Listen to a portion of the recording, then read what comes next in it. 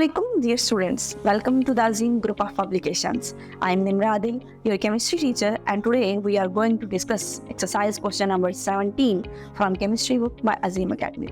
तो हमारे पास ये क्वेश्चन नंबर 17 भी बिल्कुल वैसा ही होगा जैसा हमने एक्सरसाइज का क्वेश्चन नंबर 16 सॉल्व किया था, यानी हमने पहले इंपेरिकल फार्मूलाज को कैलकुलेट किया था और देन उस इंपेरिकल फार्मूला को यूज़ करके हमने मॉलिक्यूलर फार्मूला को कैलकुलेट किया था। तो सबसे पहले यहाँ पे स्टेटमेंट को देखा जाए तो वो कहते हैं कि सेरोटोनिन आपके पास कंपाउंड है जिसका मॉलिक्यूलर मास आपके पास ऑलरेडी गिवन है और उसके बारे में इंफॉर्मेशन लिखी हुई है कि अगर आप उसकी स्टडी करें तो आपको पता चलेगा कि उसमें कार्बन की परसेंटेज जो है वो 68.2% है। इसी तरह उसमें हाइड्रोजन की परसेंटेज 15.09% है, नाइट्रोजन की परसेंटेज 9.08% है और इस तरह हमने उन सब की यानी कार्बन, हाइड्रोजन और नाइट्रोजन की परसेंटेज के साथ हमने कहा है कि आपने कैलकुलेट क्या करना है मॉलिक्यूलर फार्मूला।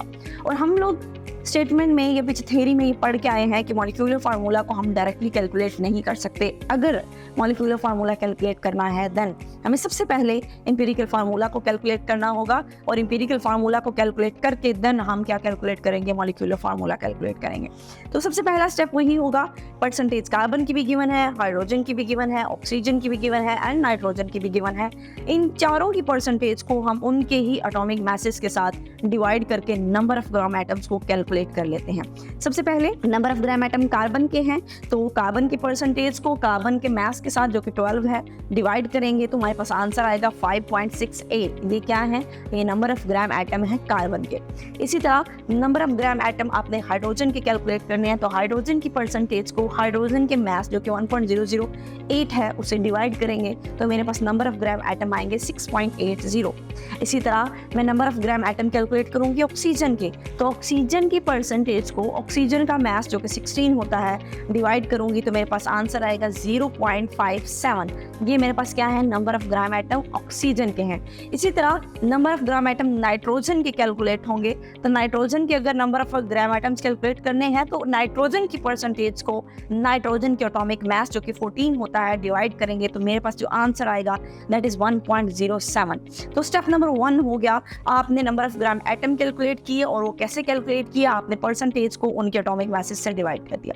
स्टेप नंबर 2 है एम्पिरिकल फार्मूला का कि जब आपके पास number of gram atoms calculate हो जाए देन उनमें से जो smallest number of gram atom होते हैं उनको हम चूज करते हैं और जितने भी नंबर ऑफ ग्राम एटम्स आए हैं उन सबको हम 1 बाय 1 उस स्मॉलेस्ट वैल्यू से डिवाइड करेंगे। तो यहाँ पे जो मेरे पास स्मॉलेस्ट वैल्यू है वो 0.57 है तो मैं कार्बन के नंबर ऑफ ग्राम एटम को भी 0.57 से डिवाइड करूंगी, हाइड्रोजन के नंबर ऑफ ग्राम एटम को भी 0.57 से करूंगी, ऑक्सीजन के नंबर ऑफ ग्राम एटम्स को भी 0.57 से करूंगी और लास्ट पे नाइट्रोजन के ग्राम एटम्स को भी मैं 0.57 से डिवाइड करूंगी। तो मेरे पास जो आंसर आएगा दैट इज 10:12:2:1। इसका मतलब ये है कि जो इंपेरिकल फार्मूला अगर कैलकुलेट करेंगे तो उसमें कार्बन की तादाद 10 होगी, हाइड्रोजन की तादाद 12 होगी, नाइट्रोजन की तादाद 2 होगी और ऑक्सीजन की तादाद 1 होगी। ये मेरे पास इंपेरिकल फार्मूला आ गया। अब इस इंपेरिकल फार्मूला को यूज करके मैंने कैलकुलेट करना है मॉलिक्यूलर फार्मूला और मॉलिक्यूलर फार्मूला कैलकुलेट करने के लिए फार्मूला होता है n मल्टीप्लाई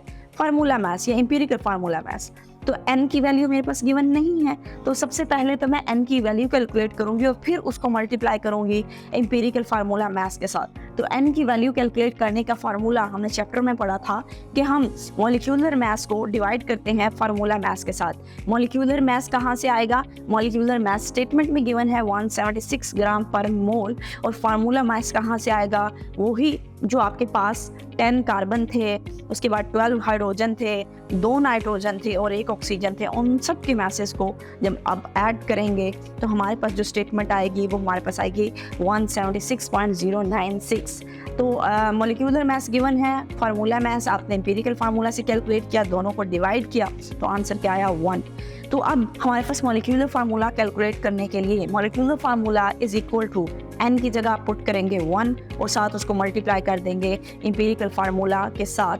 तो इंपेरिकल फार्मूला के साथ जैसे ही वो मल्टीप्लाई होगा तो हमारे पास जो चीज़ आएगी दैट इज़ मॉलिक्यूलर फार्मूला। और मॉलिक्यूलर फार्मूला अगर देखा जाए दैट इज C10H12N2 एंड साथ में उसके 1 ऑक्सीजन अटैच है। इसी को सामने रखते हुए हम एक और क्वेश्चन जो है एक्सरसाइज का सॉल्व कर लेते हैं। एक्सरसाइज का क्वेश्चन नंबर 18 है जिसमें स्टेटमेंट ये गिवन है कि आपके पास एक मेटल है जिसको M से शो किया गया है और वो रिएक्ट कर रही है सल्फर के साथ साथ और हमारे पास जो कंपाउंड बन रहा है दैट इज M2S3। अगर आप इसकी इक्वेशन बैलेंस्ड इक्वेशन लिखें तो हमारे पास इस वक्त 2 मोल जो है वो मेटल है, 3 मोल जो है वो हमारे पास सल्फर है और लेफ्ट करके हमारे पास जो प्रोडक्ट दे रहे हैं दैट इज M2S3। अगर आप इस इक्वेशन को देखें तो ये एक बैलेंस्ड केमिकल इक्वेशन है। M की तादाद रिएक्टेंट में और प्रोडक्ट में बराबर है, सल्फर भी यहाँ पे रिएक्टेंट में भी 3 है और प्रोडक्ट में भी 3 है, तो ये एक बैलेंस्ड केमिकल इक्वेशन है। इस बैलेंस्ड केमिकल इक्वेशन को यूज़ करके अब अगली स्टेटमेंट उन्होंने क्या दी है, उन्होंने ये कहा है कि आपके पास मेटल का मास भी गिवन है और आपके पास सल्फर का मास भी गिवन है। मेटल का जो मास है दैट इज 3.12 ग्राम, इसी तरह सल्फर का मास जो है वो 2.88 ग्राम हमारे पास गिवन है। और हमने कैलकुलेट क्या करना है, हमें वो कह रहे हैं कि जो मेटल रिएक्ट कर रही है सल्फर के साथ उस मेटल का नाम बताएं कि वो मेटल कौन सी है। तो हम अभी हमें कोई आइडिया नहीं है कि असल में करना क्या है, तो हम सबसे पहले स्टार्ट कहाँ से करते हैं, जिस चीज़ का मास गिवन है सबसे पहले हम उनके मैसेज को यूज़ करके क्या करेंगे, सिंपली मोल कैलकुलेट कर लेंगे। तो अगर मैं स्टेटमेंट के मुताबिक कहूँ तो मास ऑफ जो मेटल गिवन है दैट इज 3.12 ग्राम, इसी तरह मास ऑफ सल्फर जो है वो भी 2.88 ग्राम है। तो अगर मैं सल्फर के मास को यूज़ करके सल्फर के मोल्स कैलकुलेट करूँ तो मैं कैसे करूँगी, हमने पढ़ा हुआ है कि अगर अपने मोल्स कैलकुलेट करने हैं तो उसका फार्मूला होता है n is equal to small m divided by capital M, यानी गिवन मास को मोलर मास से डिवाइड करेंगे तो मोल्स आ जाएंगे।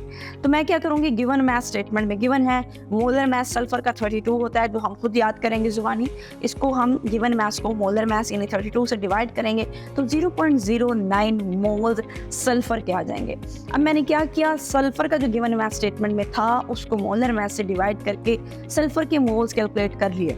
अब दूसरी बात क्या है, मेरे पास दूसरा गिवन मास किसका था, दूसरा गिवन मास मेरे पास मेटल का था, तो मैं मेटल्स के मोल्स कैलकुलेट कर लूँगी। लेकिन मेटल्स के जो मोल्स हैं उनको कैलकुलेट करने के लिए यही फार्मूला दोबारा यूज़ नहीं करूँगी, बल्कि सल्फर के मोल्स जो हमें पता है उसके मोल्स को सामने रख के मैं मेटल्स के मोल्स को कैलकुलेट करूँगी। तो अगर हम बैलेंस केमिकल इक्वेशन को देखें तो हम ये कहते हैं according to balance chemical equation 3 moles of sulphur जो है वो बराबर है 2 मोल्स ऑफ द मेटल के। तो अगर हम 1 मोल्स ऑफ सल्फर के अकॉर्डिंग देखें तो 2/3 मोल्स ऑफ द मेटल हो जाएगा। अब हमारे पास 1 मोल्स तो सल्फर के नहीं है, हमारे पास सल्फर के मोल्स कितने हैं 0.09, तो मैं क्या करूँगी 0.09 इस साइड पे भी लिखूंगी, जबकि दूसरी साइड पे 2/3 को मल्टीप्लाई कर दूंगी 0.09 के साथ, तो मेरे पास नंबर ऑफ मोल्स यानी मोल्स किस चीज़ के कैलकुलेट हो जाएंगे, मेटल के भी कैलकुलेट हो जाएंगे, और वो कितने हैं 0.06। किया मैंने क्या, मैंने सल्फर के मास को यूज़ किया और उसके मोल्स कैलकुलेट कर लिए। अब मुझे मेटल के मोल्स कैलकुलेट करने थे तो मैंने मेटल्स के मोल्स को सल्फर के साथ कंपेयर करके कैलकुलेट कर लिया। अब मेरे पास सल्फर के मोल्स भी हैं, मेरे पास मेटल्स के मोल्स भी हैं। अब जो मेटल के मोल्स हैं उन मेटल्स के मोल्स को यूज़ करके मैं मेटल का मॉलिक्यूलर मास कैलकुलेट करूंगी, क्योंकि मुझे मेटल का नेम बता रहा है। हमने मोल्स कैलकुलेट करने हैं तो उसके लिए फार्मूला क्या है, small m divided by capital M। मेरे पास इस वक्त स्मॉल m भी गिवन है स्टेटमेंट में, मेरे पास नंबर ऑफ मोल्स भी मैंने अभी कैलकुलेट किए हैं। तो मैंने कैलकुलेट यहाँ पे क्या करना है, कैपिटल M यानी मॉलिक्यूलर मास को कैलकुलेट करना है। तो मैं क्या करूँगी, स्मॉल m को उनके मोल्स के साथ क्या कर दूंगी, डिवाइड कर दूंगी। उसका स्मॉल m यानी गिवन मास स्टेटमेंट में कितना गिवन था 3.12 गिवन था, उसको डिवाइड करूंगी उसके मोल्स के साथ जो कि 0.06 है। जब इन दोनों का मैं डिवाइड करूंगी तो मेरे पास इस वक्त मोलर मास आ जाएगा मेटल का, दैट इज़ 52 ग्राम। तो 52 ग्राम किस मेटल का मोलर मास है, वो क्रोमियम का है। तो इसका मतलब ये हुआ कि जो कंपाउंड बन रहा है उसमें M2S3 तो था, लेकिन उस मेटल M2 की जगह अब मैं Cr2 यानी क्रोमियम के 2 एटम्स जो हैं वो ऐड करूंगी और साथ में मैं क्या ऐड कर दूंगी, सल्फर के 3। इसका मतलब है जो हमारे पास फार्मूला है वो कंपाउंड कौन सा है जो हम यूज़ कर रहे हैं, उसमें मेटल कौन सी है, उसमें मेटल जो है वो क्रोमियम है, और जो फार्मूला बनेगा that is Cr2S3। I hope कि आपको इस क्वेश्चन की समझ आ गई होगी। आज के लिए इतना ही, अल्लाह हाफिज़।